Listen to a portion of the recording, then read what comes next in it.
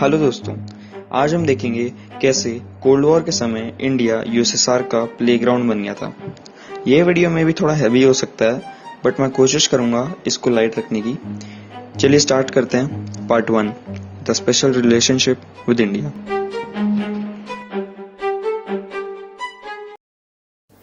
पहले बात करते हैं ये मित्रोकिन आर्काइव है क्या और ये मित्रोकिन है कौन। देखिए, वासिली मित्रोकिन एक सीनियर ऑफिसर थे केजीबी के एंड वो नोट्स बनाया करते थे केजीबी के डे टू डे ऑपरेशंस की। इन नोट्स को इन्होंने लीक कर दिया ब्रिटिश एम्बेसी को। ये पूरे सूटकेस भर के नोट्स थे, जिसके बाद एक ब्रिटिश प्रोफेसर के साथ मिलके इन्होंने मित्रोकिन आर्काइव पब्लिश की। चलो मेन टॉपिक पे आते हैं। इस बुक में ऐसा है क्या? देखिए, वैसे तो इस बुक में बहुत कुछ है, बट वो अलग केजीबी ऑपरेशंस और कंट्रीज के बारे में है। हम सिर्फ बात करेंगे इंडिया के बारे में। केजीबी के सबसे ज्यादा एजेंट्स किस कंट्री में थे पता है?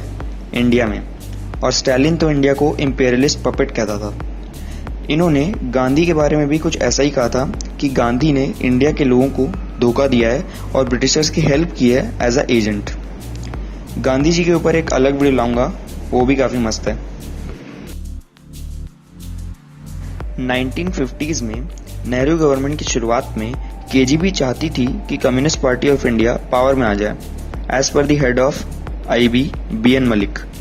मलिक ने बहुत से डॉक्यूमेंट नेहरू जी को दिए जो मॉस्को से इंडिया आ रहे थे कम्युनिस्ट पार्टी के लिए, जिसमें लिखा था कि गवर्नमेंट के हाथों पकड़े मत जाना। इसको देख के नेहरू जी जोर जोर से हंसे और कहा कि मॉस्को को नहीं पता कि हमारी इंटेलिजेंस कितनी स्ट्रांग है। पर नेहरू जी को क्या पता था कि मॉस्को में जो इंडियन एम्बेसी है उसके ऑफिसर्स को कैसे हनी ट्रैप किया जा रहा था। एक इंडियन डिप्लोमेट जिनका कोड नेम केजीबी ने प्रॉखर रखा था, इनको भी हनी ट्रैप कर लिया गया था। और जो डॉक्यूमेंट्स प्रॉखर केजीबी को रोज दे रहा था, उससे केजीबी काफी सेटिस्फाइड भी लग रही थी और इसके वजह से प्रॉखर अब एक केजीबी एजेंट बन चुका था। इसके बाद रडार और आर्थर, ये दोनों ही कोड नेम ऑफ कोर्स, इनको भी हैवी लोन में ढकेल के कॉम्प्रोमाइज कर दिया गया था और फिर इनको भी एज केजीबी एजेंट्स रिक्रूट कर लिया गया था। इसका पता तो नहीं चल पाया था उस समय आईबी को, बट उनको डेफिनेटली अंदाजा लग चुका था कि कुछ तो गड़बड़ है और आईबी ने भी अपने एजेंट्स डिप्लॉय कर किए बंगाल, केरला और मद्रास की कम्युनिस्ट पार्टी में। पर असली में तब तक 40% से भी ज्यादा आईबी को केजीबी कंट्रोल कर रही थी। एंड ऑफ कोर्स इस वजह से आईबी अब क्या कर सकती थी, उनको तो पता ही नहीं था कि वो असलियत में काम किस लिए कर रहे हैं।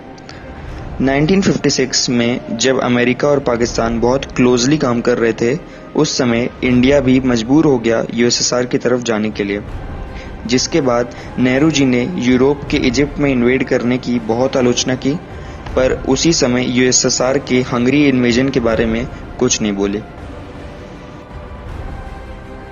1967 में न्यू इलेक्शंस के बाद इंडियन पार्लियामेंट का 30 से 40% अब केजीबी के हाथ में आ चुका था।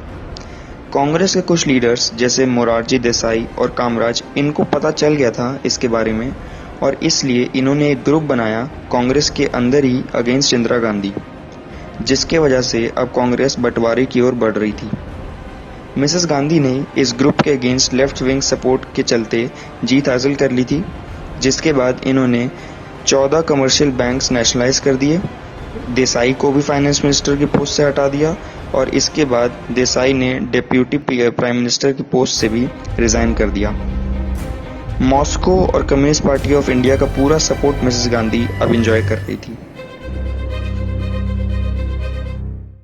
के बाद जो मिसेस गांधी के अगेंस्ट ग्रुप बना था, उन्होंने डिक्लेयर कर दिया कि इंदिरा गांधी ने कांग्रेस की टॉप लीडरशिप को धोखा दिया है और इंडिया को बेच रही हैं यूएसएसआर को। चलो ये वीडियो तो खत्म, इसका नेक्स्ट पार्ट लाऊंगा मैं। और भाई, इस वीडियो को शेयर करना ही नहीं करना है ये तुम्हारे ऊपर है, बट सब्सक्राइब जरूर करना। Thanks for watching.